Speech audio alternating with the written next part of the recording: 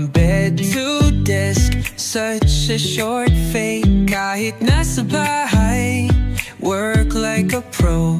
Sabi ko sa'yo, kaya mo to. Get that client, bag that win. Dito sa bahay, laban natin. Earn ka na, chill ka pa. Work from home, ang saya-saya. Dream big, aim high, level up now. Sa mundo ni Kois JM, alam mo how. Learn the ropes, grab the tricks, see direct clients, no middle fix. Get that client, bag that win. Dito sa bahay, laban natin. Earn ka na, chill ka pa. Work from home, ang saya-saya. Online hustle, ang bilis ng galaw. Yung tips ni Koy, sundan mo lang saw. From zero to hero, kaya mo rin yan. Virtual dreams within reach of your hand. Get that client, bag that win. Dito sa bahay, laban natin. Earn ka na, chill ka pa. Work from home, ang saya-saya.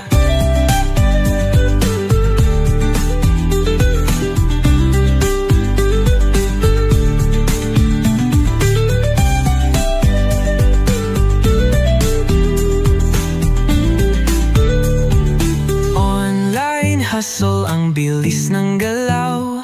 Yung tips ni Kois, sundan mo lang saw. From zero to hero, kaya mo rin yan.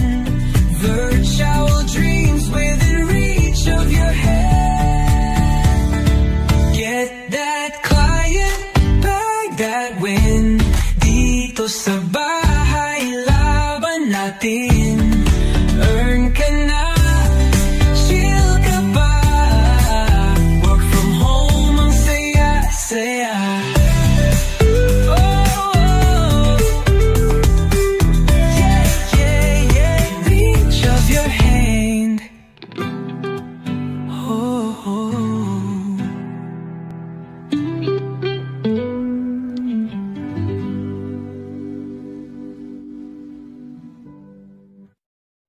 Gusto ko mag-freelance, pero paano?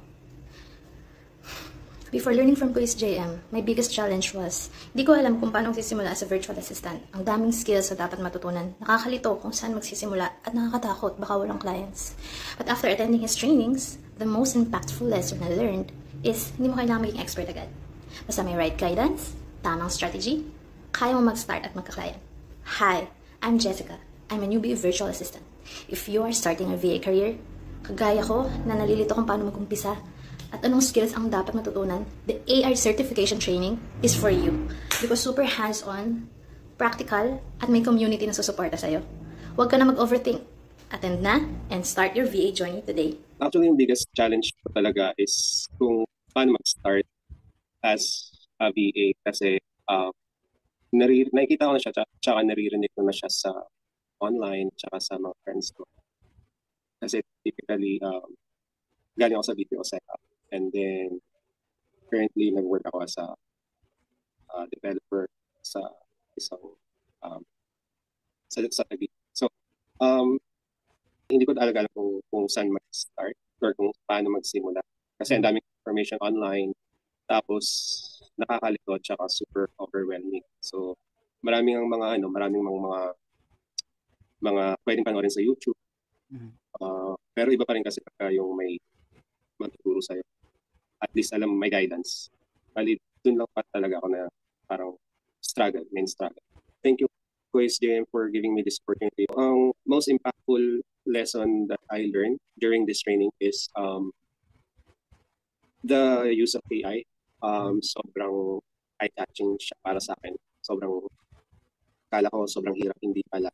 Dahil sa step-by-steps na turo mo. So parang na-enlighten ako na, ay, ganun lang pala siya, na kailangan lang talagang parang may matuturo sa'yo, and which is, thank you so much, Luis, for giving me an opportunity. Or pwede mo siyang aralin self-study. Kaya yun. Pero iba kasi pagka may guidance or may nagtuturo sa'yo, at least hindi ka, alam yung step-by-step process, yun yung what it makes different. At saka, ngayon, parang confident na ako na kaya kong actually gawin yung mga ginagawa ng mga as an SMM. Kasi before, sobrang hindi naman takot, parang mababa yung confident kasi hindi mo alam kung paano gawin. Pero as I attend your training, so na-enlighten ako na, ay, hindi pala siya ganun kahirap. Kaya naman pala. So, thank you so much. I am inviting everyone to join Kuya JM's VA Nation. If you are aspiring VA newbie, huwag nang patagalin pa, join na sa VA journey. Join na dito sa kay Kuya JM's VA Nation, and let's start our VA journey together. Hi, ako si Don at nais kong maging virtual assistant pero di ko alam kung saan magsisimula. Ang aking struggle, ako taong mag-start kasi baka hindi ako mag-succeed. Iisip ko, paano kung hindi ako marunong sa tech? Overwhelmed, sobrang dami ng info online. Sino ba ang paniniwalaan? Pero dito sa VA Nation training ni Coach JM, ang laki ng pinagbago. Natutunan ko na hindi kailangan maging perfect agad. Ang importante, alam mo yung systems at mindset. Yung AI certification training, game changer. Hindi ito basta-basta course. Step by step. Kaya kung pagod ka nang mag-isip kung paano sisimula ng VA journey mo, gusto mo ng proven roadmap, hindi trial and error, ready ka na para sa legit na transformation. Tara, samahan mo ko sa VA Nation. Message mo na si Coach JM at simula na ang journey mo. Promise, hindi mo ito pagsisisihan. Hi everyone, I'm Catherine, a struggling VA before. Pero ngayon, book na ako with clients.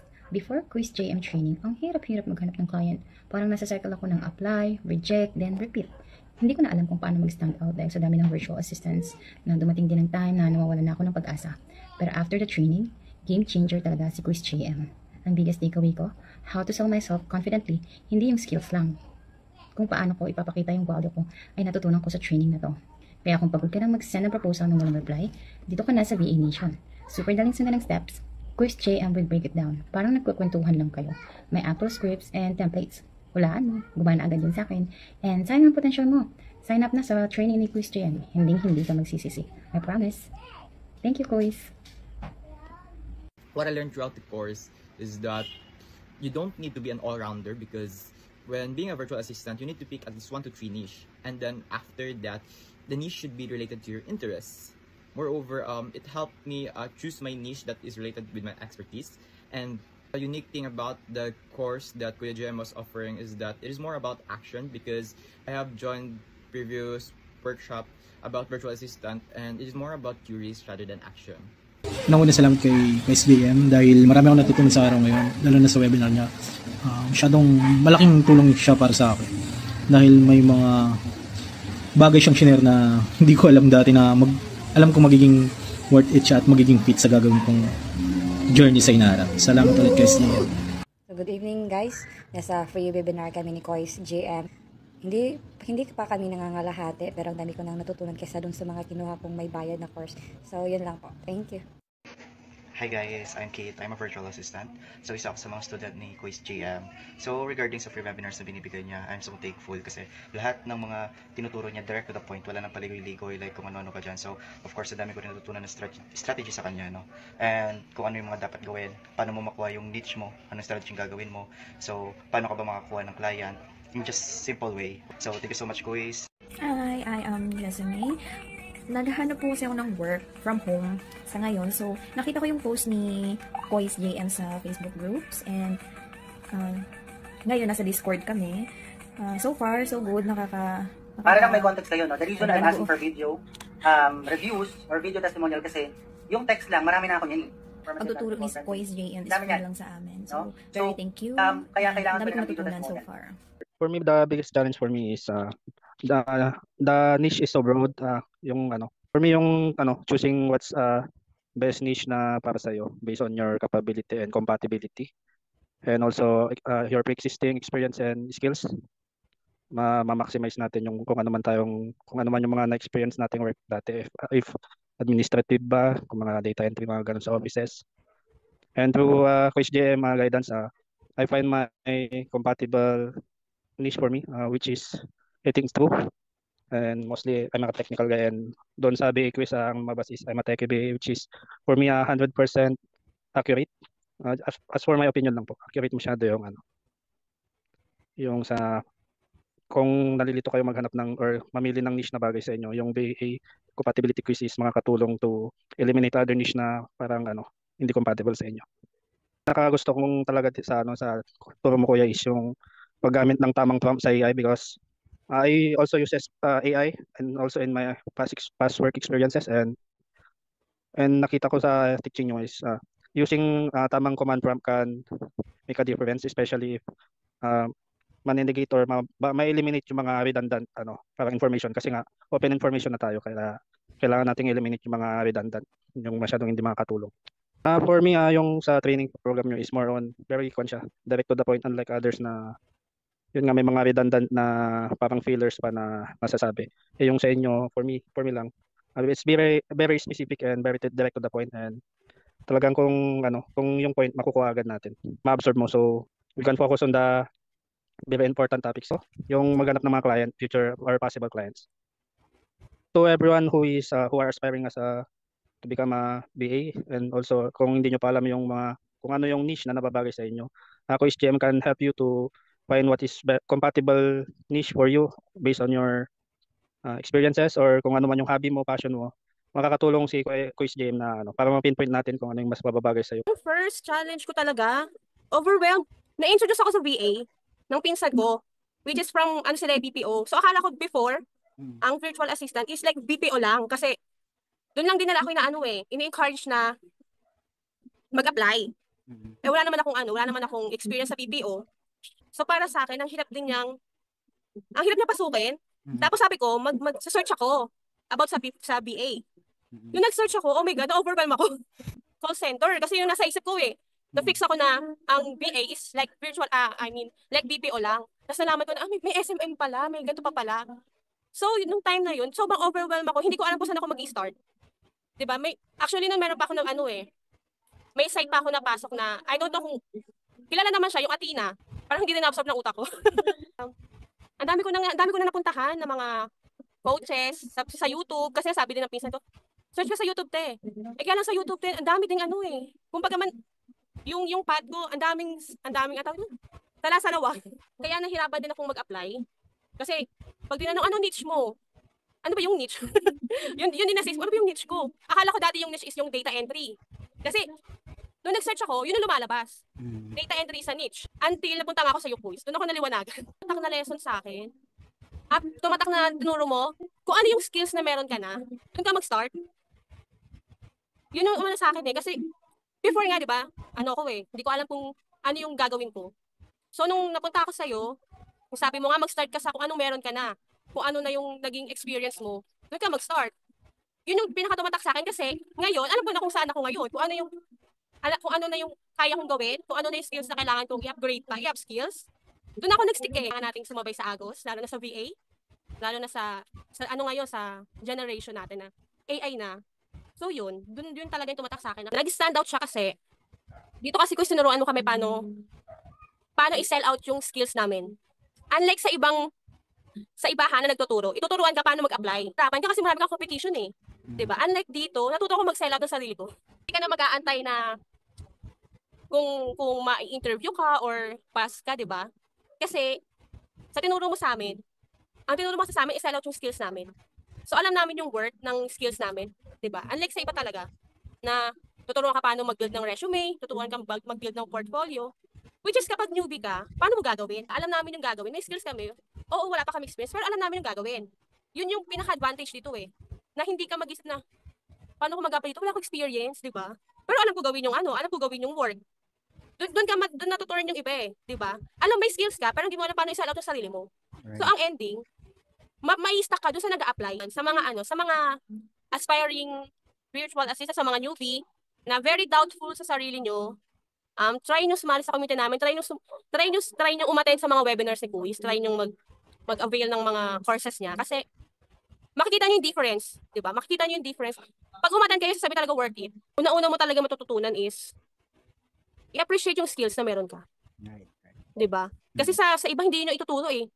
Ang ituturo kasi sa inyo sa iba, ito gawin nyo, ito gawin nyo. Kailangan nyo matutunan to. Hindi sa inyo sasabihin na ano bang skills na meron kayo, dapat nung kayo mag-focus. I-up skills nyo na lang as aspiring VAs dyan na naguguluhan pa. Dito kayo kay Kuis.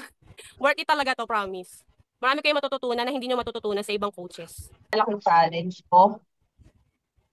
Kung saan mag-start, yung problema din ng usual na naghahanap ng, kasi, di ba, tawag dito, 10 years akong walang trabaho. So, parang basal na basal, hindi ko alam kung paano na kahit yung Google Sheets, hindi ko alam kung paano. Yung ganong struggle. Tumatak talaga, tapos yung kaya ako sumali sa VA Nation. Di ba, ngayon sinabi ko sa'yo, hindi lang siya yung di ba yung clients, hindi lang, dahil nga doon sa masamit, yun talaga yun. Nakapag tumatak sa akin. Hanggang ngayon naman din. Hindi naman tayo lahat, di ba, dito. Katulad ako, hindi naman ako okay pag nag-a-apply like yung sa mga discovery calls, yung mga interviews. So, mahirap para sa akin. Parang wala akong upper hand eh. So, yung sa tinuturo kasi ni Kuya sa sa method, ikaw yung mag-offer. So, ikaw yung mas parang advantage yun sa'yo. Kasi doon pa lang sa discovery call, ma-offer mo rin yung sarili mo. Hindi ka, parang doon pa lang iisipin na kagad ng client, alam niya ito yung ginagawa. Parang ganun. So yun, hindi kasi siya yung masa method yung katulad ng katanong ka, what is yung strengths, ganyan. Yun. Online courses kasi sa iba, di ba, pag nag-bumili ka kahit magkano kayo, usually, pre-recorded, tapos puro naka-PDF, tapos ikaw, parang self-study. Dito kasi sa training na ginagawa mo ngayon, on the spot, hands-on, may experience sila. So, wag na sila sumali sa VA Nation. Hindi sila seryoso. Tapos hindi naman sila nagko-commit. So, wala din mangyayari. Parang, ayun. So, kung gusto niyo talaga matuto, mag-commit kayo kay Kuis. Kasi, ako na magsasabi sa inyo, nakailang trabaho na ako dahil kay Kuis.